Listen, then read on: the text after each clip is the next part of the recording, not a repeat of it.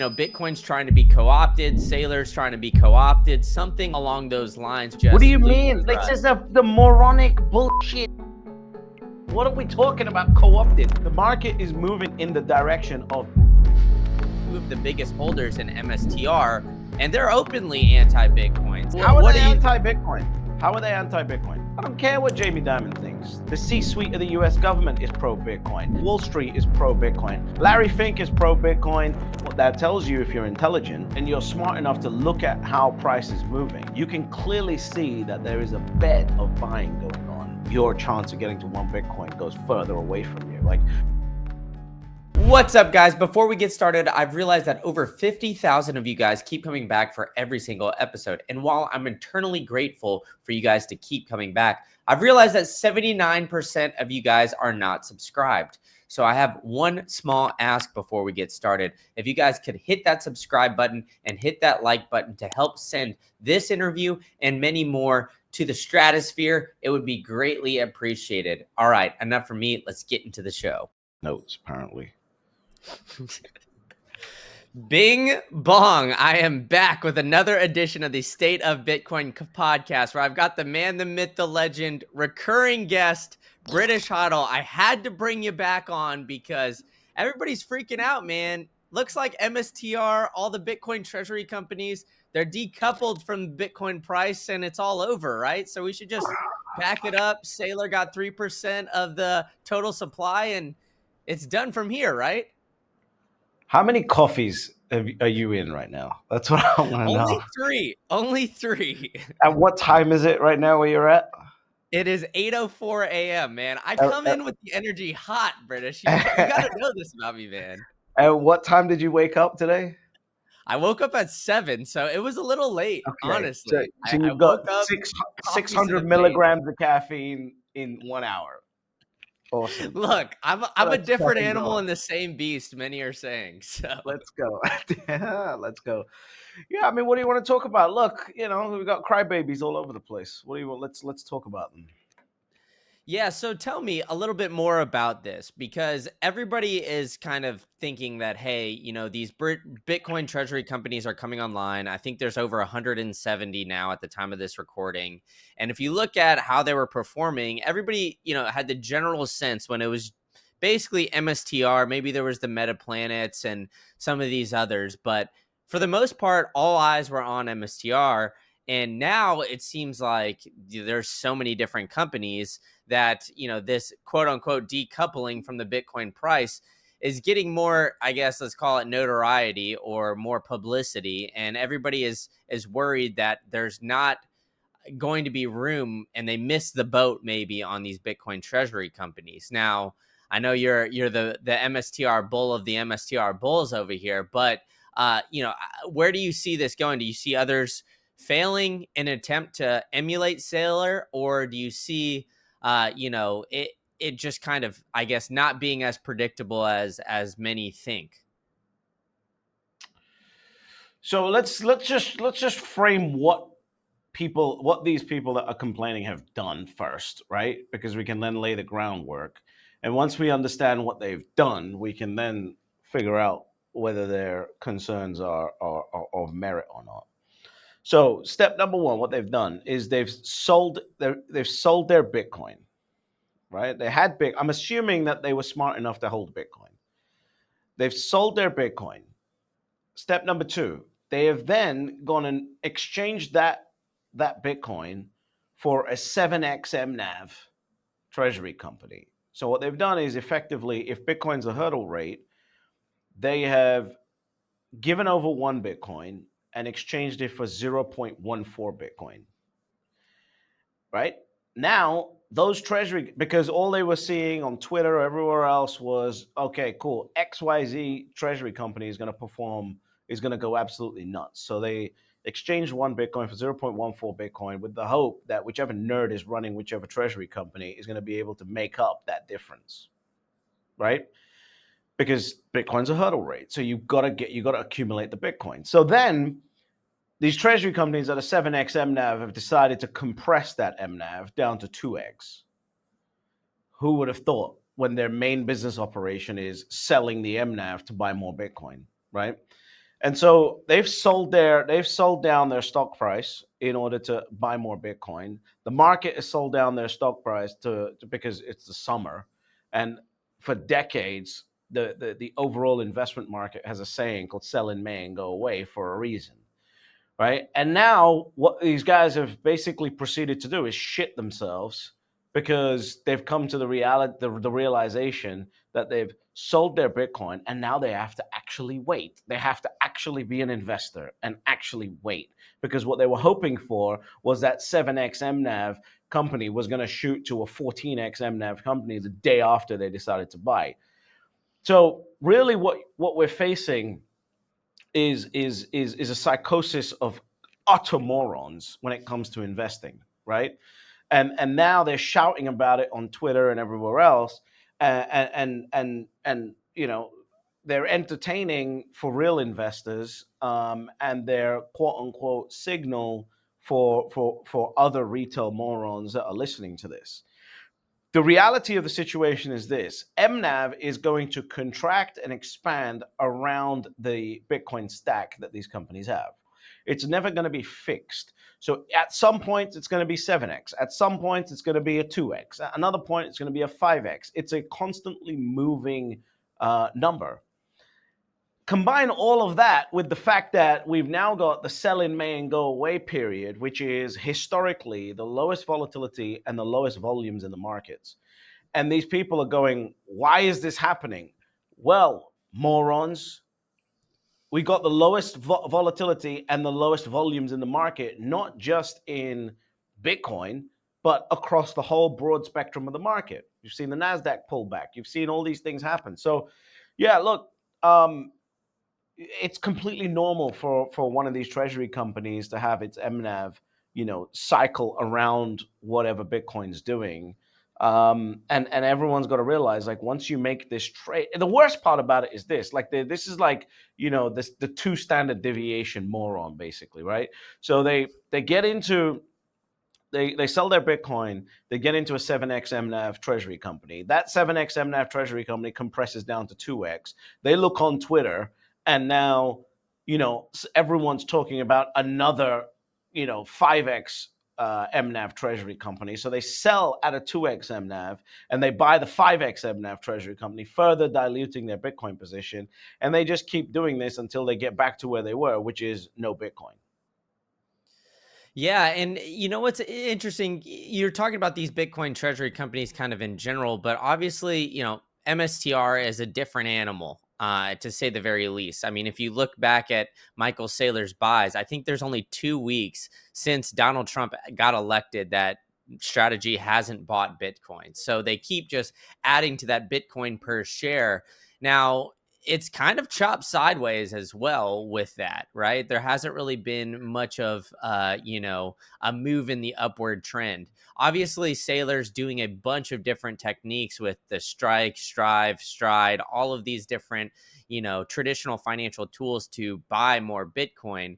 Now, how does he keep doing this? Is there ever going to be a way where Sailor is not going to be able to get more debt issued, or is it just essentially all of these investors just going into, whatever type of product that Sailor's putting out and buying all of it, that is allowing him to basically just keep buying more Bitcoin? Like, where does it stop here?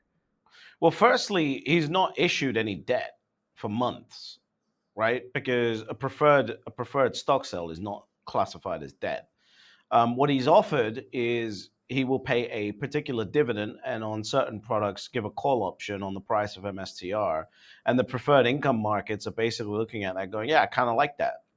And those products obviously have just launched, so they've gone out and offered a palette of these offerings, and we'll see which ones the markets like the best. But they're just getting started, right? MSTR is the only company. Name one other treasury company that's doing anything else besides ATMs. Yeah, you have a very hard time doing it.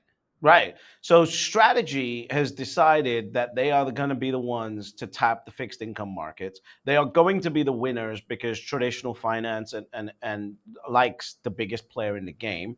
They have 600,000 Bitcoin now, 3% of the supply as of yesterday.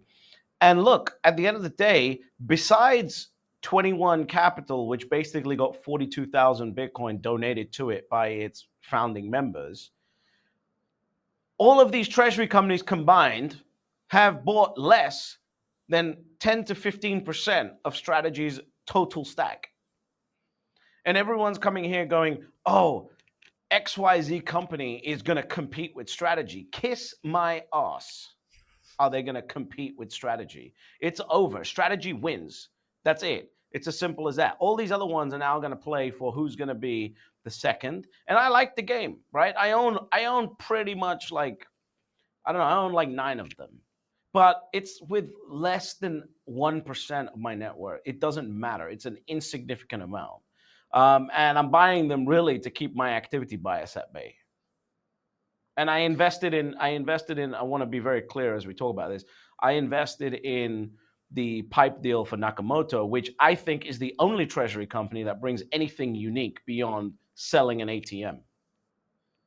Well, let's dive into that in a minute. I want to go into Metaplanet because it seems like Saylor brings up Japan at every single, whether it's, his earnings call or, his talks at Bitcoin Prague, all of these things. He's always mentioning Japan and Metaplanet. And he kind of describes like Japan as almost like the perfect market for these types of products, what he's doing right now. So I mean, it's going to be a long ways away, and I don't think that Metaplanet will ever catch Strategy. But he said, this is words from Sailor that if anybody were to ever come close, it would be Metaplanet. It's the Now, do best. you? Listen, it's the best thing to do to basically complement. And by the way, I'm not saying that Sailor's lying here. Dylan and Simon have done, and the whole team there have done a phenomenal job. I own Metaplanet stock, right? I think they've done a phenomenal job at accumulating Bitcoin at the pace that they've been accumulating at. So, the, if you're going to compliment anyone, those are the guys to compliment because they've done a great job. And the Japanese markets are really good for this type of product because they don't have a Bitcoin ETF. You cannot put Bitcoin in a retirement account, and if you buy Bitcoin and sell it, you got a 55% tax. So why wouldn't you go and buy Bitcoin exposure through Metaplanet until something else shows up, and then they're going to have to compete with that. So we'll see. But they've done a phenomenal job. Yeah, I mean, they definitely have, and Dylan, he's just a bright guy. I mean, on the scene and everything like that, he's exploding, getting more Bitcoin on their balance sheet at every other turn as well. So, I mean, I really, I admire what those guys are doing over there. But you brought up Nakamoto in this pipe deal, dude. Why do you think that this is, or no? Tell me why this is different than any other ATM product that you're seeing out there? Because obviously, it is kind of the way I look at these treasury companies is there's some like Semler Scientific that have an underlying business that was around for some time, and then they decided to put Bitcoin on the balance sheet. Metaplanet could maybe be in that as well, Strategy as well. But it seems like Nakamoto is just basically their whole company is just raising debt to buy more Bitcoin. So tell me how this is different, and like, yeah, unveil the curtain a little bit for us to help us understand, how this one could potentially be pretty different. Yeah. So okay. So what did I say to start with? I said all of these treasury companies, their only method of acquiring Bitcoin right now is basically what Strategy's been doing for 3 years now, right? They've not come out with anything innovative. In fact, I saw a video of one of these CEOs begging people to buy the stock because it was under a 1 MNAV, right? I can't remember which company it was. But I mean, I don't think that's I don't think that's good. Um, but look, at the end of the day, what David Bailey has done and what Tyler and UTXO have done is proven that they know how to set up strategy, they know how to set up execution, they know how to get local regulations, and they know how to identify markets where there is enough trapped capital um, to actually make these companies work. They've proven it in Japan. They've proven it in I think it's Sweden now. They've proven it in, or is it Norway? I think it might be Norway with H100. They've proven it in the UK with SWC. They've got a proven track record for launching these things. And they've got the one thing that even strategy doesn't have. What if I told you you never had to sell your Bitcoin? Instead, you can borrow against it with Salt Lending. Why give up your hard earned Bitcoin when you can unlock its value without letting it go? With Salt, you get secure Bitcoin collateralized loans with no credit checks, no prepayment fees, and best of all, no rehypothecation. Salt has had zero customer collateral losses since it launched. Salt was the first platform to offer Bitcoin collateralized loans starting way back in 2016. Today, they offer tailored options for both individuals and businesses. And now introducing Salt Shield, the no liquidation solution. No forced liquidations during the lifetime of your loan when you're enrolled with Salt Shield. This just launched at the Bitcoin conference in Las Vegas, and it is next level peace of mind. For Green Candle listeners only, head to saltlending.com/green-candle for this exclusive offer for your Bitcoin collateralized loan. You can get cash for your Bitcoin today. Salt Lending, secure, trusted, proven. Which is the media engine. The fact that they can go anywhere in the world and create an army, a frenzy of Bitcoin attention anywhere at any time, right? That's extremely powerful. And you cannot just go and buy that that amount of marketing. What's everyone going to do? They're going to have like 17 different Bitcoin conferences on an annual basis. It's not going to work. The biggest one is going to win. He's got the first mover advantage, and he's got the most dominating business and dominating marketing in that space. They're about like it is phenomenal what they've done. And if you don't think that they're going to use that marketing engine to benefit Nakamoto, I mean, you got something else coming. I can absolutely foresee that anywhere there is a Nakamoto set up treasury company, there is a Bitcoin conference that is going to take that local market by absolute storm. And so I think they've proven their case. I think they've demonstrated that they can do it.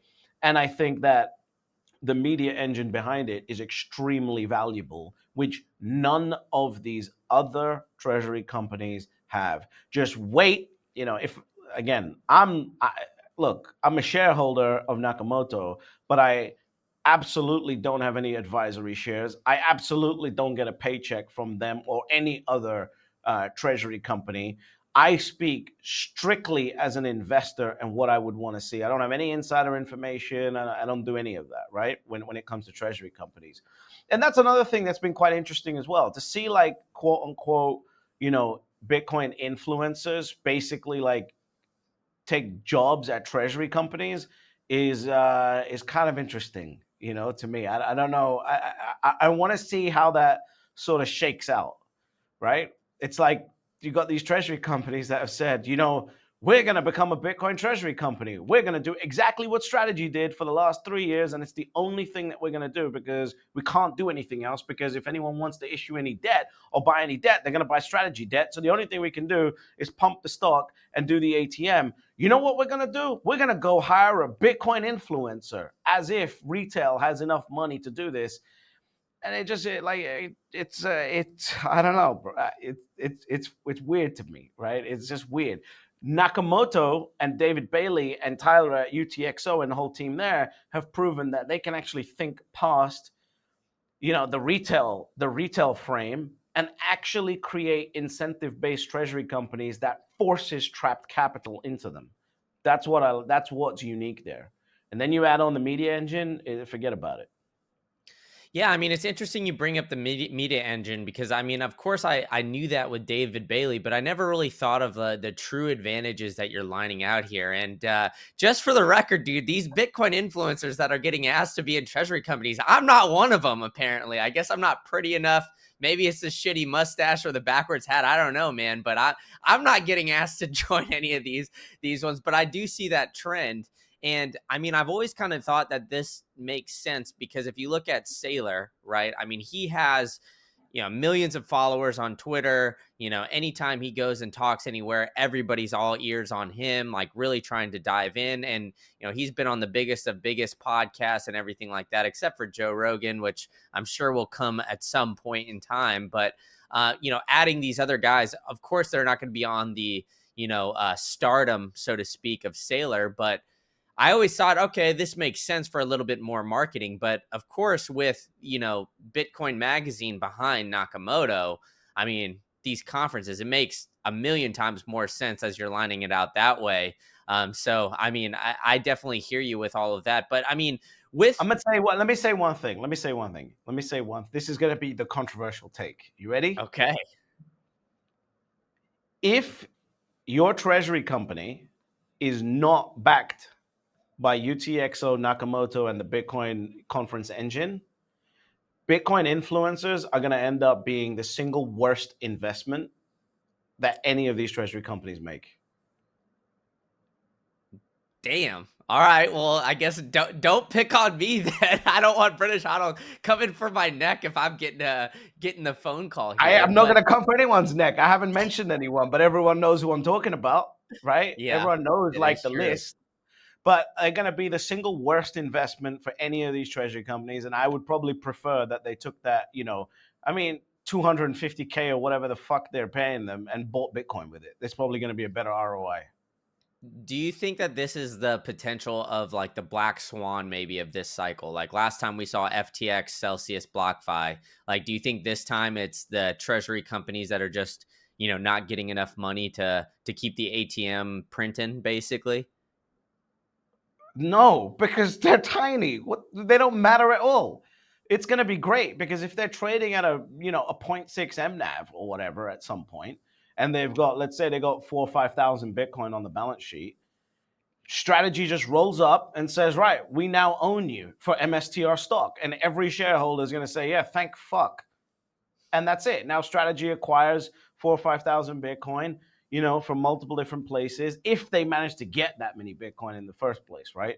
Like, no, that and also the thing that you got to remember is that just because if there is a treasury company bear market doesn't mean that they have to actually sell the Bitcoin because the Bitcoin's unencumbered. They're selling the stock in order to buy the Bitcoin. They're not issuing debt.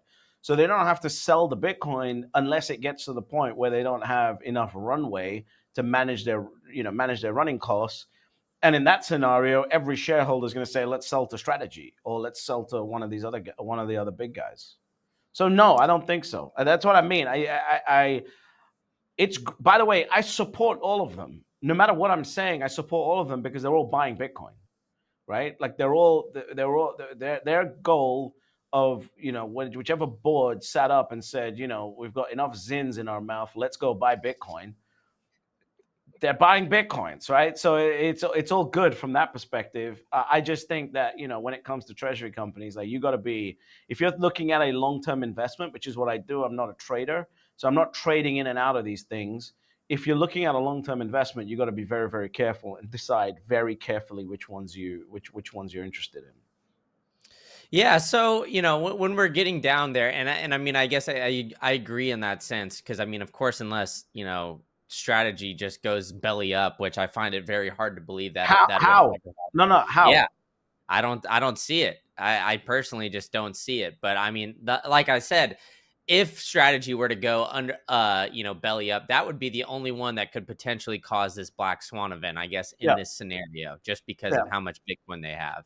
But they don't. Um, But all the Bitcoin's unencumbered, and they've got yeah, what is it, a 20% debt ratio? Like who cares? They're yeah. they have played the game so well, and strategy has done so well at playing this game to accumulate 3% of the Bitcoin. It's done. It's game over. But I thought like a couple years ago, everybody in TradFi was saying when Bitcoin was crashing, strategy was gonna go belly up there, British. Yeah, but Like, that I was mean, that, yeah, but these are idiots you're talking about again. Like at the end of the day, what people didn't realize was that strategy was not issuing debt in order to buy this Bitcoin. They were ATMing the stock, right? And now the amount of convertible debt, that they've got that they've got on the balance sheet is like 20%, and it's unencumbered to the Bitcoin. And now they've issued these preferred products, and they're offering like 9% dividend yield, which is the highest one, which basically they can turn off at any time, that they're going to pay by ATMing the stock. And they've also said, if Saylor said this, I'm glad he clarified this at the last one of his talks that he did.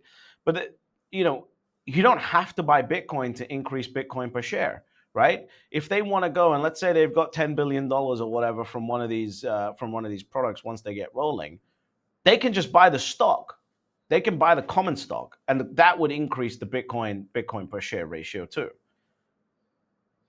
Yeah, and I mean they're being I mean I don't think anybody can really catch Sailor and even get remotely close, maybe even not even halfway to the amount of Bitcoin that they've got on the balance sheet at this point in time. But here's But why, though, right? Here, the reason why is very important. Why they can't do that is because every Bitcoin that any one of these other companies buys pushes Sailor further ahead. Because for the first time in history, you don't have to stock pick, which is what's beautiful for the average investor. Because you don't have to sit there and go, which Bitcoin influencer is going to pump the stock next. You can just buy the Bitcoin. well, there you go. I mean, then that makes all the sense in the world. But I mean, we did see something interesting that I think is maybe a wrinkle in all of this with Intel the other day, where now the US allegedly owns like 10% of all of Intel. Now, there's obviously the conspiracy theories on Bitcoin Twitter where the US government is going to buy up strategy and then that's going to be the US Bitcoin strategic reserve. Is that a potential, like, another potential black swan event that you foresee, or do you think that that is just Why completely would that blown out of proportion?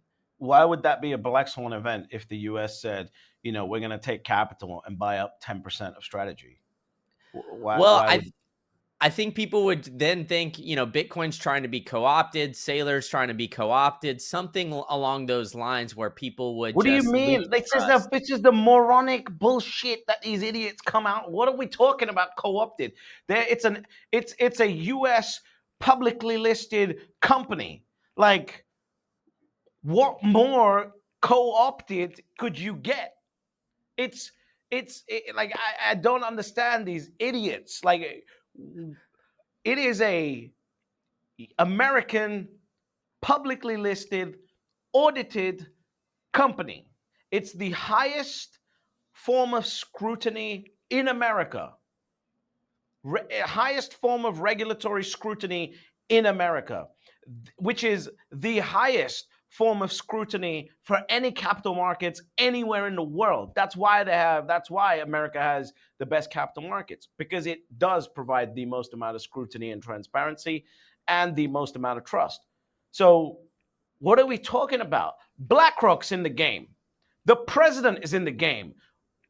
Well, what do you mean co-opted? The fuck is I knew I everyone had to talking get you about? going here, man. I had to get you going, but British. I mean, but what do you think of? I mean, like all of this. Obviously, we've got all everybody seemingly to bending the knee to Bitcoin these days. I mean, we've got Goldman Sachs now just doubled up their Bitcoin holdings. And the interesting part is, like, we've got Vanguard and JP Morgan as two of the biggest holders in MSTR.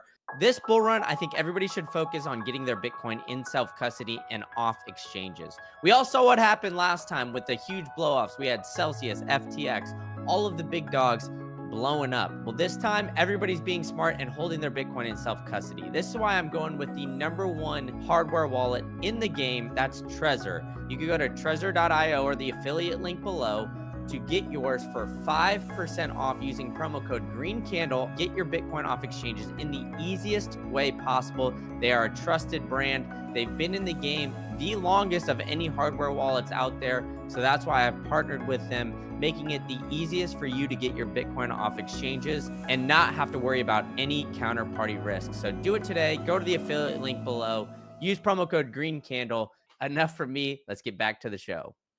And they're openly anti-Bitcoin. So, I mean, How are they what do you? anti-Bitcoin? How are they anti-Bitcoin? They're openly pushing people into MSTR. How are they anti-Bitcoin? Well, Vanguard doesn't let their clients, I think, buy the ETFs as it stands right now. And then Jamie Dimon, I mean, JP Morgan does, but Jamie Dimon is just openly against Bitcoin in the media. But what did he say though? He said the demand is there, so we Yeah. will allow people to do it. I don't care what Jamie Dimon thinks. The market is moving in the direction of Bitcoin. The president is moving in the direction of Bitcoin. The C-suite of the U.S. government is pro-Bitcoin. The C-suite of Wall Street is pro-Bitcoin. Larry Fink is pro-Bitcoin.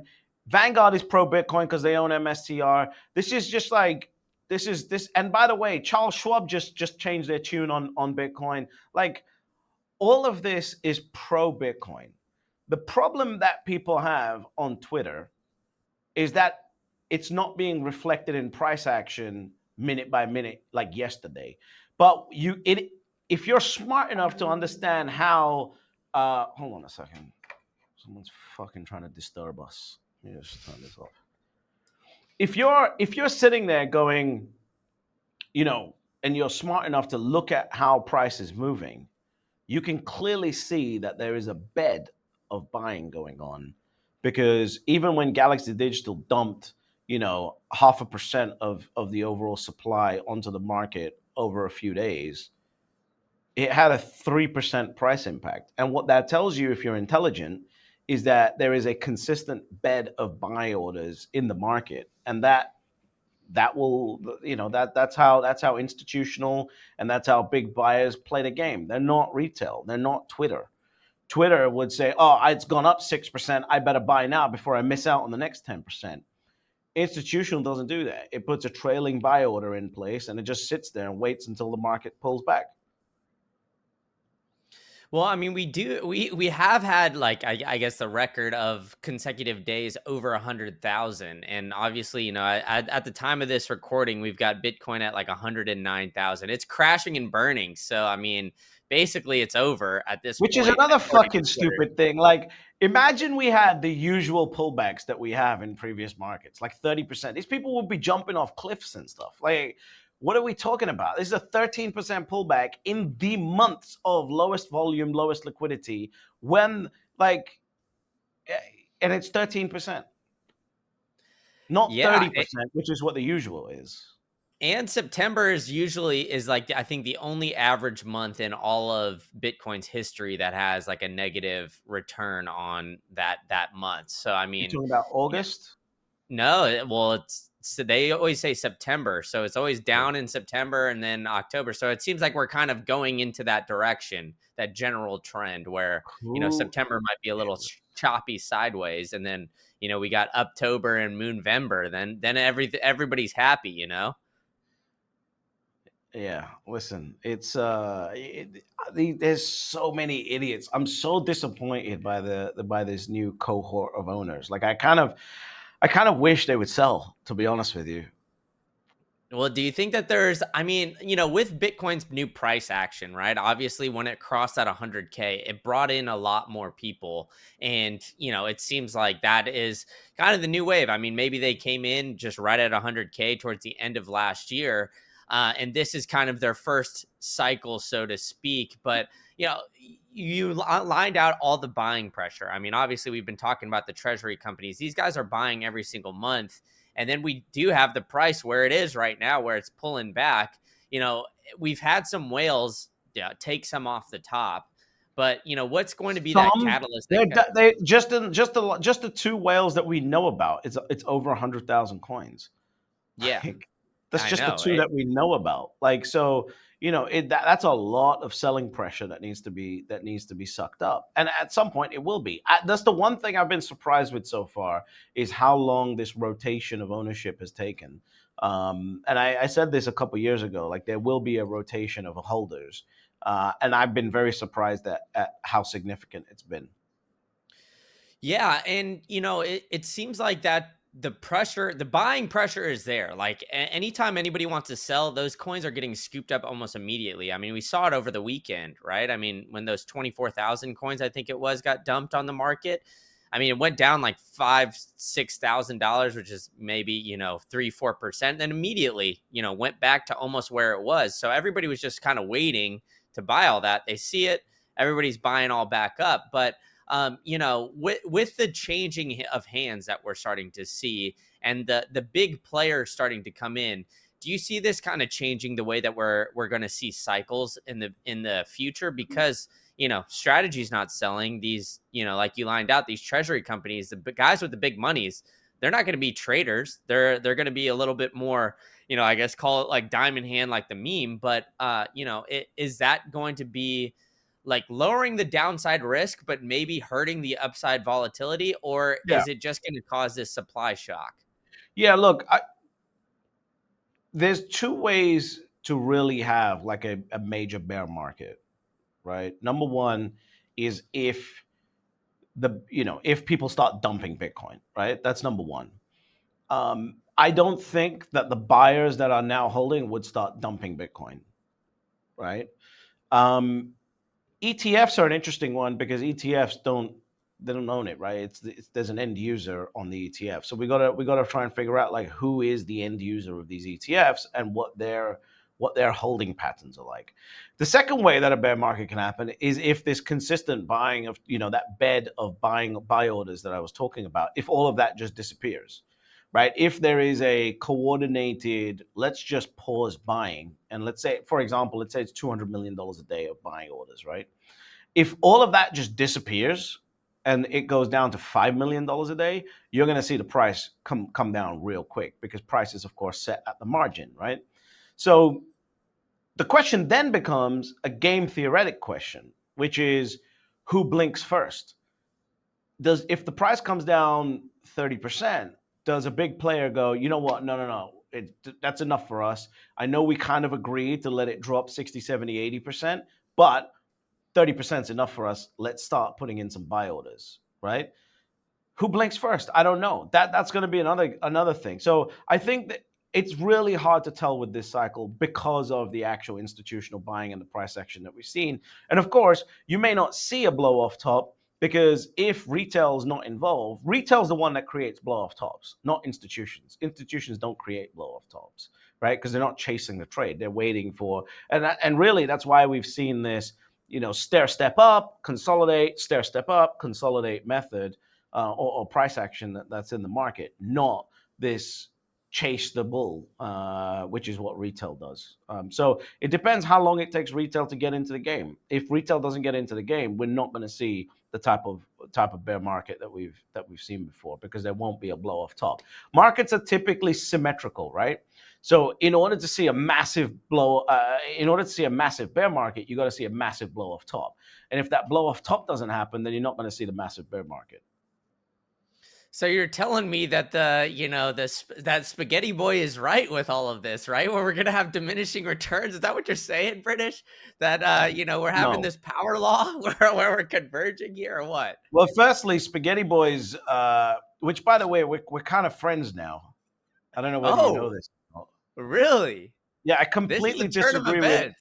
Yeah, no, he was pretty nice on Twitter. So I was like, okay, well, what do you do at this point? I've basically destroyed your entire social media presence, and now you want to be friends. Like, what am I gonna do? Let's be friends, no problem. So it's like, look, he's got the power opinion model basically has a spread of somewhere between 50,000 and 500,000, right? That's like the bottom and top bands. Sure. You want to be right and say the power opinion's true if it ends up at 340 and then comes down to 80. All right, cool, no problem. Is it useful for anyone? In my opinion, no. um, there are people that are religious fanatics about the power opinion, and they tell me that they're going to sell if we get above 200,000. Like, all right, that's cool too. But what happens if you get above 200,000 and then a strategic reserve is announced and a million coins are being purchased?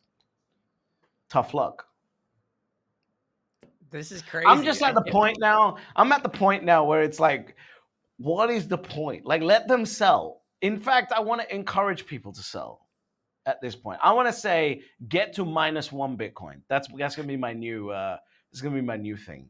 Get to So is -1 Bitcoin. so is getting to 1 Bitcoin done with? Like, are we just like packing it It's been up? interesting, Nobody. bro. It's been interesting, hasn't it? Like at the end of the Yeah. day, you know, So the get to one Bitcoin message really like had I had to turn on the F-35 fighter jets on that message like June 15th, 2023, because that was the day that BlackRock filed for the ETF. And I remember distinctly, I was living in South America at the time when we crossed 100,000 in December.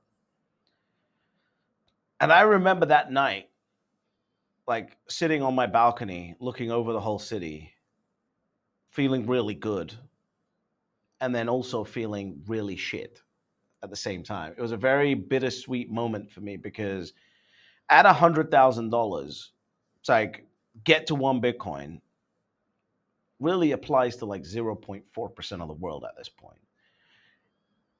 And then, I was saying last year and the year before that we're going to go through this period of pricing out certain levels of millionaires.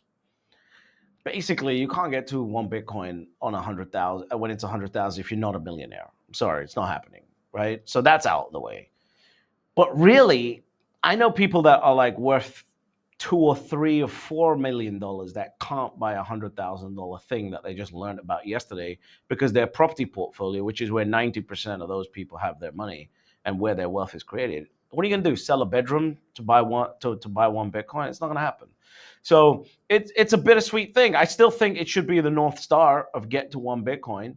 But the reality is, now my message is kind of pivoting towards people who have got many, many, many times more than $1 million, and I think that they should get to about a 24%, allocation of their overall net worth. And it's hard for them. Like if you got a $10 million, let's say you got a $10 million business, right? So your net worth is $10 million. What are you gonna do to get to 24%? Like you really need to start planning that. So yeah, I mean, look, at the end of the day, to get to one Bitcoin, I've never been a happy hippie. I've never been saying to people that you're just always gonna get, the chance to do this. I told people time is gonna run out. And I sat there looking at the whole city going, fucking time has run out. Man, so it's done. The get to one Bitcoin is done. I mean, I always love that message though. Even right now, even though it's very difficult because I think the message of get to, 0.01 Bitcoin or whatever it is. I mean, I think that's just like undershooting it. And I think, even It's though we've limp had dick. Let's say what it is. It's limp dick. That's what it and is. I mean, but if you look at like the wallets, right? Because everything is public in Bitcoin. There's 13 million wallets with 1 million sats or more, and there's 59 million millionaires globally. So, even though we're at 100,000, 109,000, I still think we're still fairly early and we got a long ways to go. And, shooting for something like one Bitcoin, okay, maybe the average person, they're not going to be able to get there, but I think it's better to try to shoot for something like that and not have the weak hands that we're kind of seeing where, you get the power opinion out here and they're like, oh, well, it's above 200,000. So I'm going to sell. And then all of a sudden they're sitting here, with their hands in their pants. Like, what the hell did I do? And why did I just sell off at this place before Bitcoin went on its generational run? I mean, I think I still resonate with that message. And I think that, Me too. people should still try to get to that one Bitcoin. Yeah, me too. I think it should always be the North Star. I think before you should always say like before I do anything stupid, I'm going to get to one Bitcoin, right? And I think it should always be everyone's North Star, not 0.1 Bitcoin. I think that's weak, limp dick shit. Yeah, I mean, amen to that. But now I want to dive into a little bit more about the overall kind of macro economy. We've got Powell about to cut interest rates, and I think the Is he unique though? Is he though? why would you ever hold generational wealth on a piece of paper? It doesn't make sense. You need a foolproof solution, and I've got it for you. You could get this as low as $25, and if you use promo code Green Candle, you could get 10% off. Being around for 12 years, they've engineered the perfect and most easy to use solution. I've partnered with CryptoSteel to offer you guys just that. It is the cheapest and most secure way to store your seed phrase. I don't know about you guys, but I don't have too many things where I think 1 ton is going to fall on this, but it could survive all of that and more. So go to cryptosteel.com. You can use promo code GreenCandle. You can get 10% off your entire order if you go there today. So go ahead and protect your generational wealth and do it with CryptoSteel. All right, enough from me. Back to the show. I mean, if you look at the CME group and the market, like the prediction market, it says like an 85% chance as of yesterday when I was checking all of this. So at least 25 basis points. But like Do a you couple think? weeks Do you ago, think? Do you think he should? no, I don't. I Okay, don't think why? like I mean if you've seen the Dixie, you see like real estate in the United States, like all of these underlying factors, they're looking very poor. I mean, we've never had like the real estate market right now in the United States is worse than it was in 2008. Nobody's buying homes. Now, will mortgage rates lowering cause all these people that have been allegedly sitting on the sidelines to all magically buy houses right away? I don't think so. The housing market moves very slow. I think the jobs market isn't very good right now. I mean, I hear of college kids graduating and, student loan delinquencies, credit card delinquencies, all of these things are going up and, at the end of the day, I still think we have inflation running pretty high. So everybody is just assuming we cut interest rates and everything's going to be all fine and dandy. And I think it's just going to be the opposite. I think like once we cut interest rates, because we've already had that seemingly priced in, at least one or two cuts, the market might crash. And everybody thinks that, oh, once Powell cuts interest rates, we're going to go off to the moon and everything. Maybe Bitcoin will do well. Maybe I'm wrong about that. And everything else will crash. But I think that we're in kind of an asset bubble right now. And that's what really worries me is we're seeing just assets way overinflated. And Trump knows that the way that people look at the market is how the S&P 500 for like the old boomers is doing, and for the younger generation how Bitcoin's doing. So everybody's assuming lowering interest rates is going to make both of those go up, and I don't necessarily think that's the case. Yeah, it's gonna. I mean, I don't even think that. I think that a 2.5% cut may inspire activity in the real estate market and provide some relief. I do not think 25 basis points is going to do any of that. I think that we saw the PPI numbers come out. Like there doesn't seem to be any rational reason yet to do any kind of begin any kind of cutting cycle.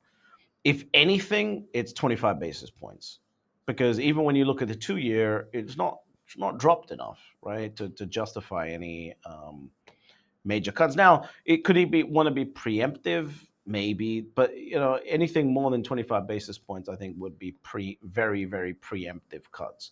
And that's when you could start seeing the market crash if there's like massive cuts. Like if what President Trump wants happens, where you start getting 1% interest rates, yeah, I think you're going to see the market crash. And then would that, I mean, we're talking about some data that we haven't seen since either COVID or maybe even 2008, when you kind of like take a look underneath the hood. I mean, do you think that we're in that bad of an economic state where it's pretty much like a foregone conclusion that, either we're going to have to massively print or we're going to go into a recession? I don't think the U.S. is in a bad economic state. I don't get what everyone's talking about. I think the U.S. is looking pretty strong right now. If anything, there's probably a risk of further inflation than there is anything else. So I don't think the U.S. is in a bad enough state. The Federal Reserve is really a backstop, right? And my reason for not wanting him to cut rates is because it actually forces the president and the treasury to start figuring out how to expand real liquidity rather than just lowering interest rates. That's really the lever for the Fed. It's lowering interest rates, right? The treasury has many more creative levers to increase liquidity, which is what I want to see. I want to see increased liquidity. Interest rates are really irrelevant to me. From an asset perspective, especially because people can't borrow money to buy Bitcoin, or rather, the market for borrowing money to buy Bitcoin because you have lower interest rates is ridiculous. Because if Bitcoin's catering at 35-40% a year, borrowing at 4.5-5% is not really a problem, right? So if that market was big enough, it would be happening now. So I don't see that. I don't see the real estate market benefiting from a 25 basis point cut because these people have refinanced at 0.5%. So unless you get back down there, what incentive do you have to move houses? It doesn't make any sense. So I don't. I, yeah, I mean, I would prefer it if he doesn't cut rates for a while. Yeah, and I mean, well, I guess we'll see on that. But I mean, if anything, it seems like we're gonna just cut like two times, essentially, maybe three times before Powell is, out of the Fed the Fed altogether back in May, and then Trump's gonna put somebody in office that's just gonna want these 0% interest rates. And so that's where I think things are going to get a little bit hairy, to say the least. I mean, he just fired a Fed governor here, I think, last night.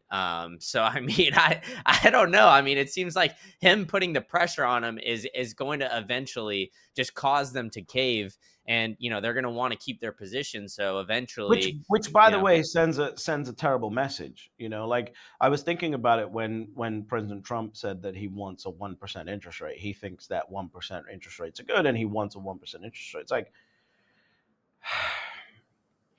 do you really think that a president having the button on interest rates is a good thing? And even though I'm not an American, but I'm pro Trump and the administration and its goals. Like, I don't like that, right? Because at the end of the day, if he can do it, so can President Kamala Harris or President AOC in the future, or like it could be whoever. I don't like that. For the first time in a long time, when he said that, it made me go, "Thank God for the Federal Reserve." Right? Thank God that it's set up in the way that it's set up, where the Fed chair is not beholden to the president of the moment. So is It's this, very I guess, the risk we run if the Fed is ended, where we have the president essentially having, like, all of this power, and we get that where they're in these 4-year terms, so they want to stay in power, so they'll just lower interest rates, inflate the thing away, and then, hey, you know what, we'll be all fine and dandy for like a year or two, and then they got to clean it up again, yeah. I mean, two look, years. yeah. At the end of the day, like I don't think the U.S. is going to go through that because the U.S. is basically the best of a shit pile, basically, when it comes to the U.S. dollar. Um, so I don't think it goes unchecked, right? But at the same time, yeah, like I do not want to see a president or a prime minister, for example, in my country, have the ability to lower interest rates at will. Plus, they've got many ways to increase liquidity, through the treasury. Like Besant is not a moron. Like he is a shrewd killer when it comes to currency management. So he'll know, and they will create ways to generate liquidity because they've got midterms to win as well, right? So you got the midterms coming up next year.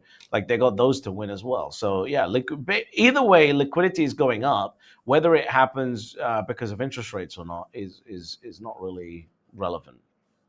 Yeah, and then everybody loves to show that liquidity, the global M2 money supply, all of that correlated to the Bitcoin price. So I mean, I Which guess we'll have to. right now, that ain't working.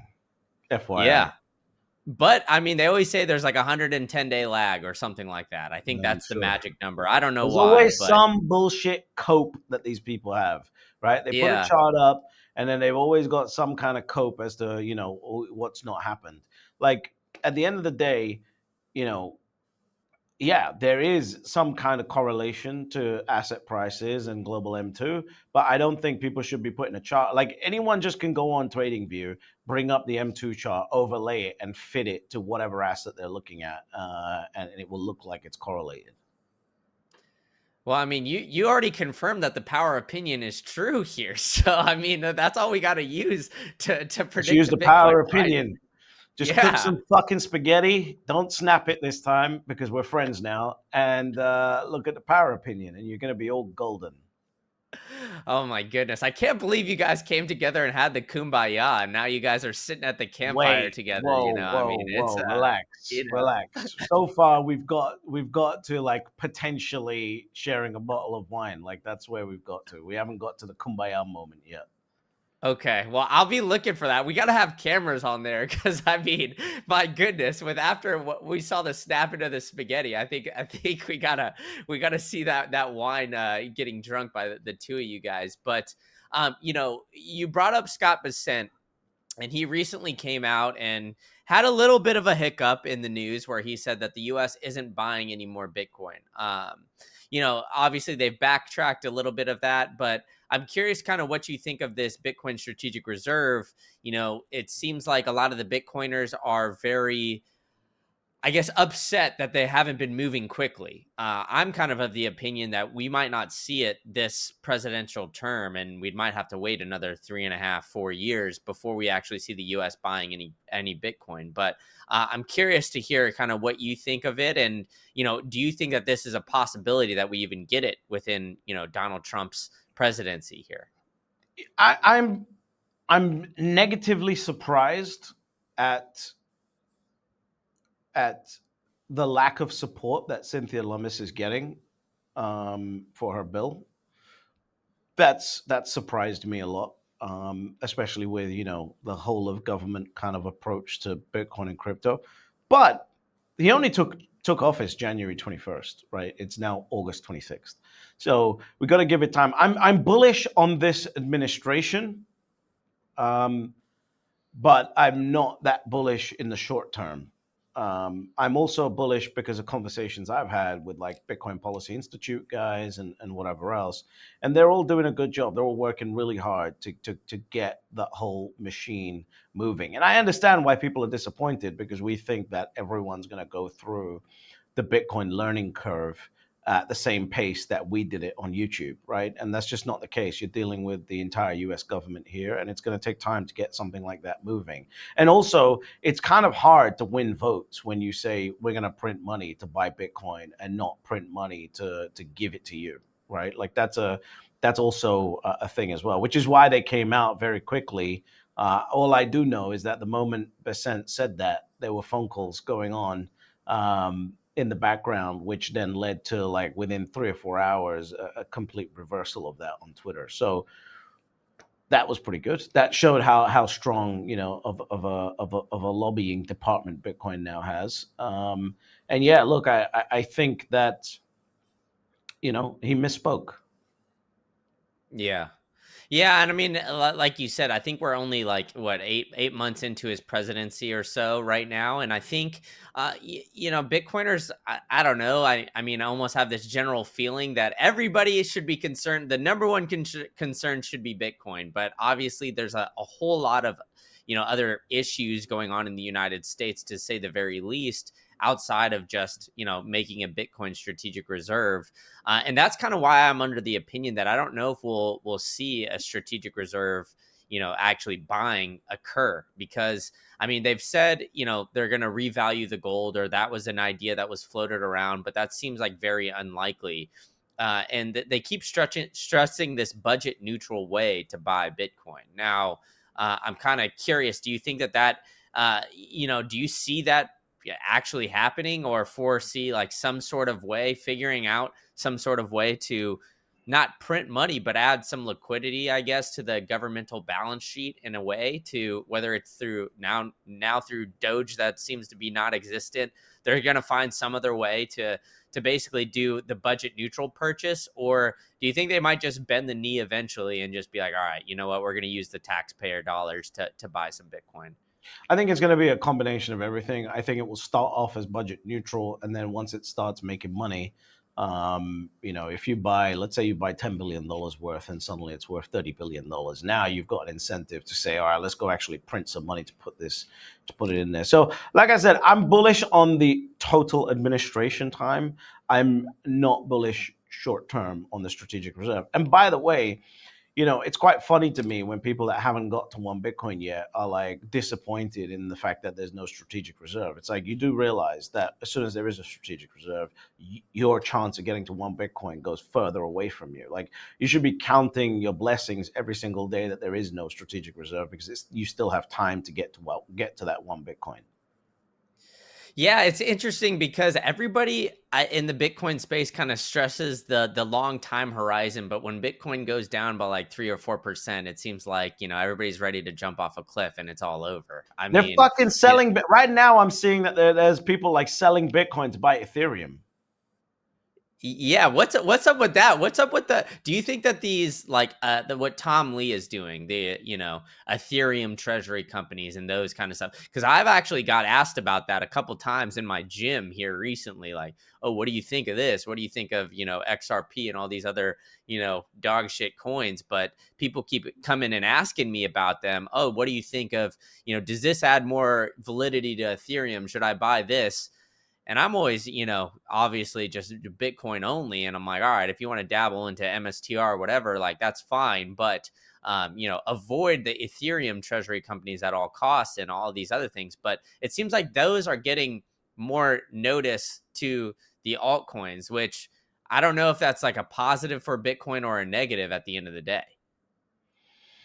I mean, look, here's what I will tell you. When it comes to Wall Street, they like portfolios, right? Because they make money through making things confusing. So if you don't know what to allocate to where, that's when they come in and they can make a fee off of that. So I guarantee you that there is going to be a portfolio of quote unquote cryptos, right? Because that's how they make their money.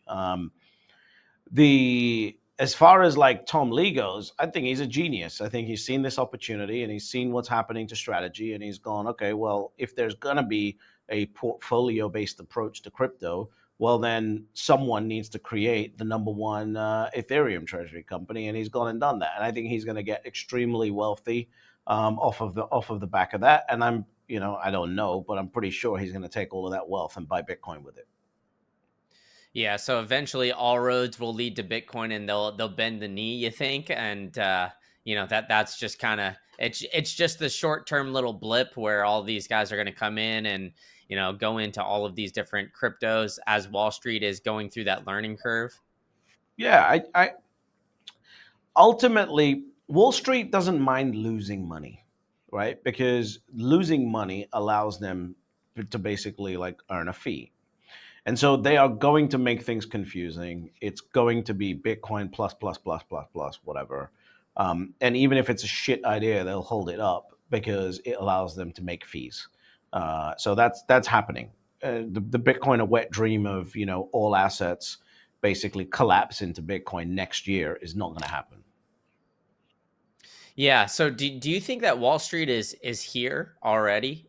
Even though I mean, because obviously we got the treasury companies, but I guess the narrative is that the ETFs, like 70 to 80% of the buying is retail, allegedly, whether it's through the 401ks or all these other aspects now that you're allowed to buy the Bitcoin through, and that these family offices, these people who have funds, are not necessarily allowed to buy these ETFs or put it in the Bitcoin basket of goods, so to speak, just yet. Do you see that as where we are right now? I think that I think that, by the way, I think you might be outdated on the ETF information. I think it's actually now flipped to more institutional than retail. Um, but I think that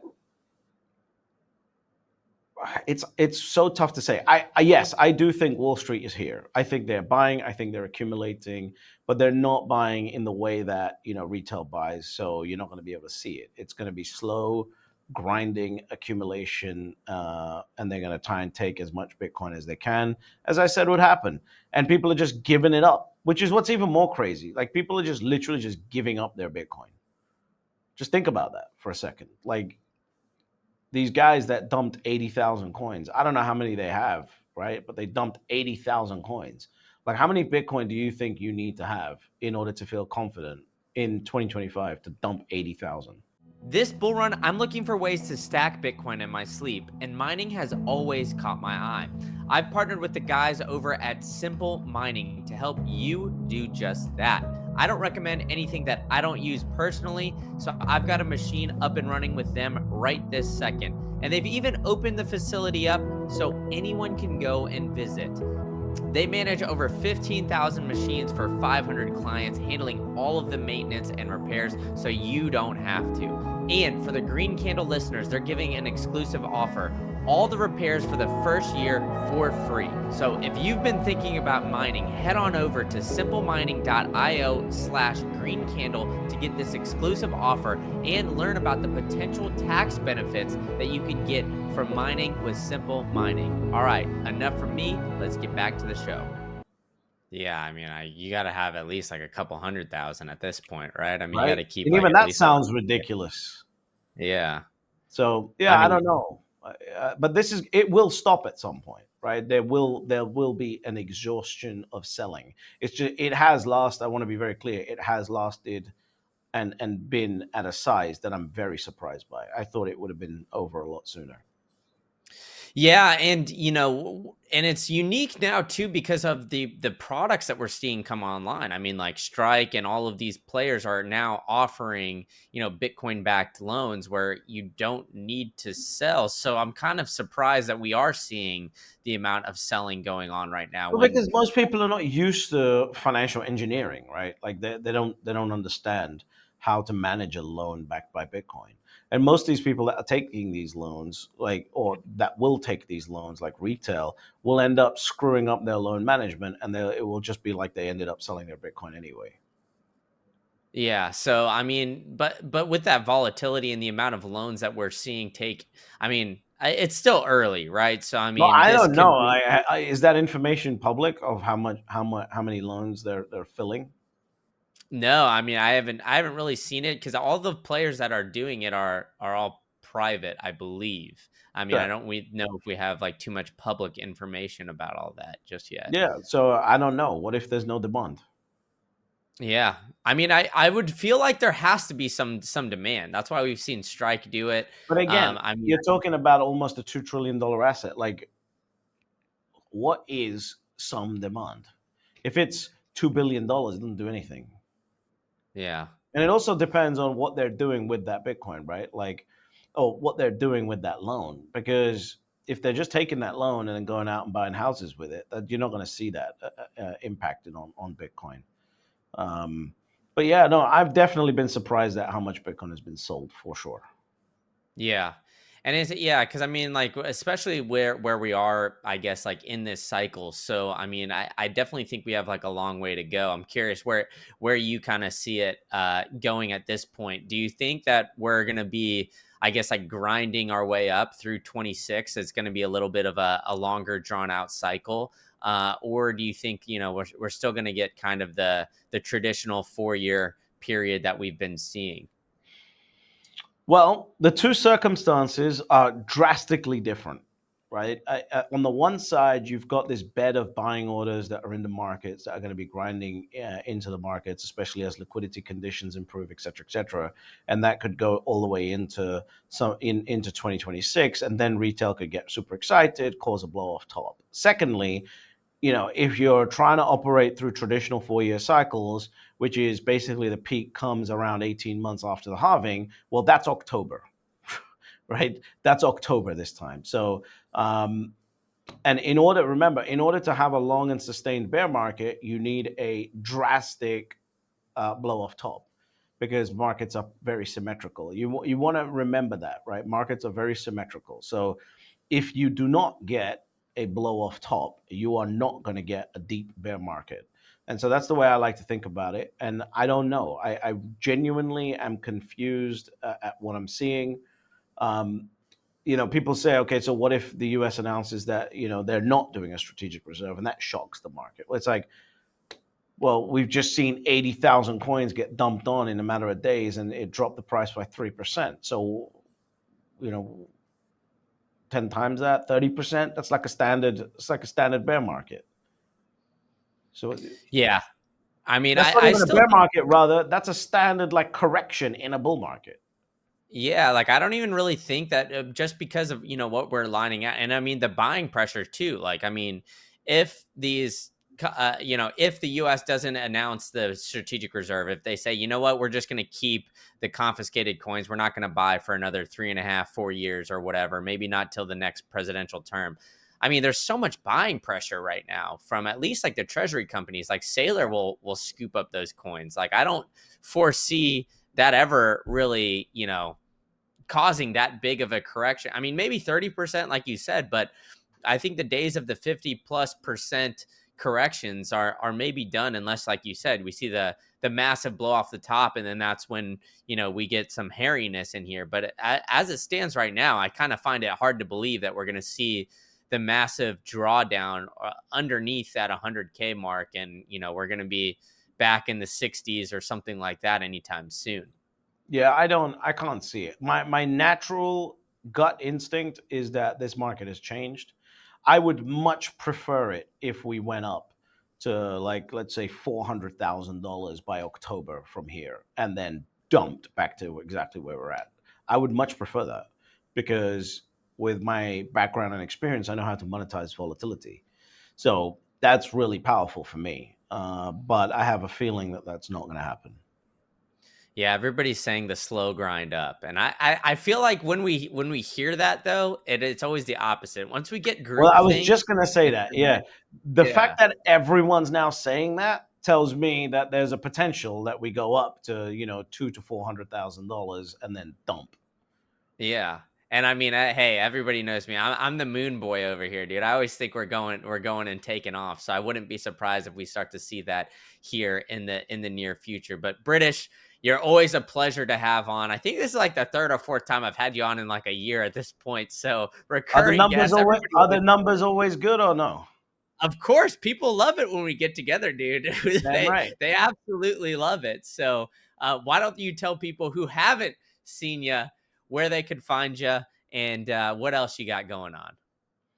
Yeah, I mean, go to YouTube, type in British Hodl, and look for this face, or on X as well, British Hodl, and those are my only two platforms, so YouTube and X.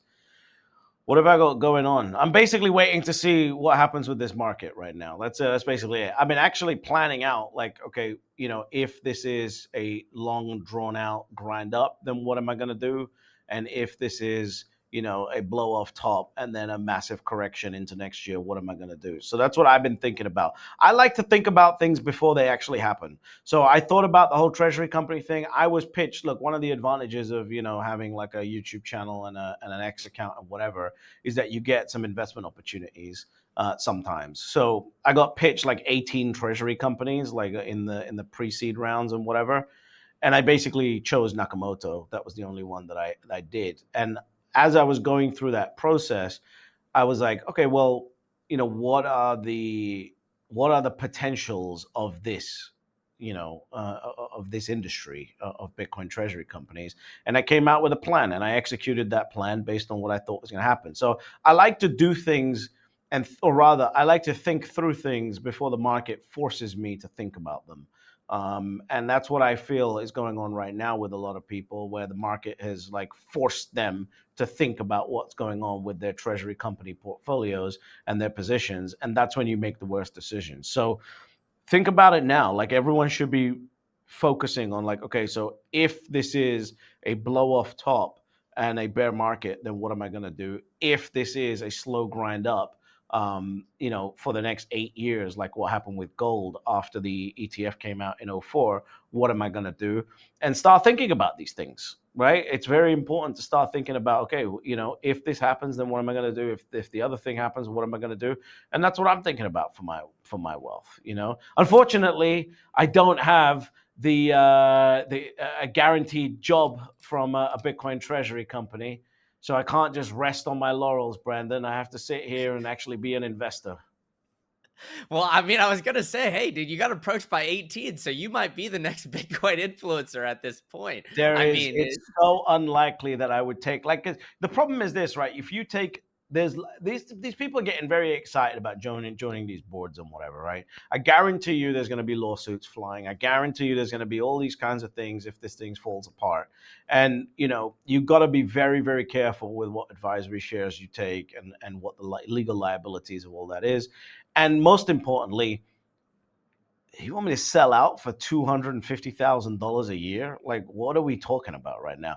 I made a commitment that when I started making videos, I at least could make a video every day for 8 years without taking a single penny. And that's when I decided that I would do it. Doesn't mean I won't make any money from YouTube or whatever. And everyone knows, like, if you follow me on X, so far all of the revenues that I'm not monetized on YouTube, all of the revenues that X forces you to take once you have a premium account basically get donated to the Clock Tower Foundation, which supports active duty and past members of the British Special Forces.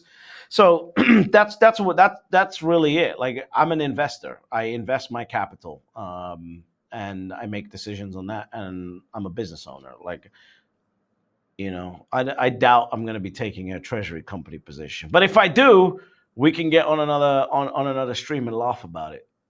Yeah, exactly. We'll have to have you back on that the British Hodl turned Bitcoin influencer of a treasury company would They're be gonna love a that. They're gonna love that. By the way, if I sell out like all these other people, no one gets any flack for selling out. If I sell out, oh man, it's gonna be ridiculous. It's gonna be I mean, insane. 100%.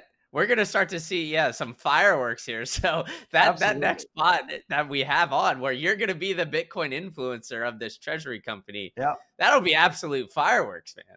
That'll be hilarious. So yeah, no, that's another reason why there's no incentive to actually do it. And plus, like, you know, there's not what creative shit can you do? Like, think about it. Like, outside of strategy, what are they doing? They're ATMing a fucking stock. The only one that might be able to generate some exciting things, in my opinion, is Smarter Web Company in the UK and Metaplanet, right? Because they're at a point where they're growing fast enough and they've got enough, momentum behind them where they may be able to start tapping into the fixed income markets in those countries and whatever else. And we'll see whether they manage to do that or not. And by the way, I invested in Nakamoto that's running those things, so I'm covered, right? Like, it's those are the ones that are exciting. All these other ones, and like I said, I will stand by it unless Nakamoto and UTXO and David Bailey are running your Bitcoin treasury company. Investing in a Bitcoin influencer is going to be the single worst investment that those companies do.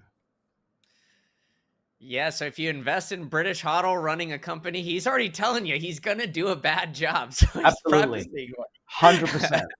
100%. It's going to be terrible. But well, here's the British, reason. But you know the reason why, right? Like, I'm not just saying that because yeah, they're shit. They're not shit. Like, the influencers have the ability to do what they do, but the real success is going to come from institutional capital, not from retail. So you'll get your pumps and your yeah. dumps and whatever else, but in Bitcoin influencers don't have the ability to move the type of capital that's going to make any significant impact for anyone who's holding long term. Yeah, no, I mean, I agree with you 100%. I mean, we definitely got, the once the big players are in, those are the people that are moving markets. Think It's about not Brandon. Think about this. Imagine we zin up, and we set up a Bitcoin treasury company, right? And we're at the point where we're like, okay, we're buying Bitcoin now. What can we do to expand our Bitcoin purchasing? And the brightest fucking idea that we come up with is hiring a Bitcoin influencer. We're well, fucked. Like, why should and that anyone guy. want to invest in our fucking company at that point?